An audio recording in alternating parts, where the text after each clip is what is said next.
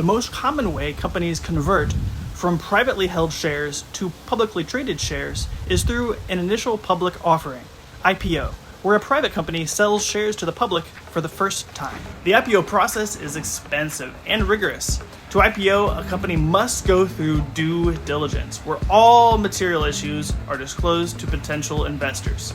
Public companies also have an ongoing requirement to report quarterly financials and undergo annual audits. Why go through all that effort? Going public helps companies raise money to grow, to pay debt, or even to allow early investors to cash out. It also improves brand visibility and improves investors' trust. It is partly due to this increased level of trust that public companies typically receive higher comparative valuations than private ones. Not all companies are available to be purchased by you, the public, through your broker. Only publicly traded companies, those listed on regulated stock exchanges, can be purchased.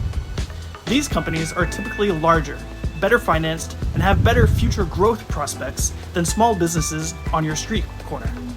They are also typically more mature than early startups, which are often fast-growing, unprofitable, and backed by outside money until they are valuable enough to be sold or go public.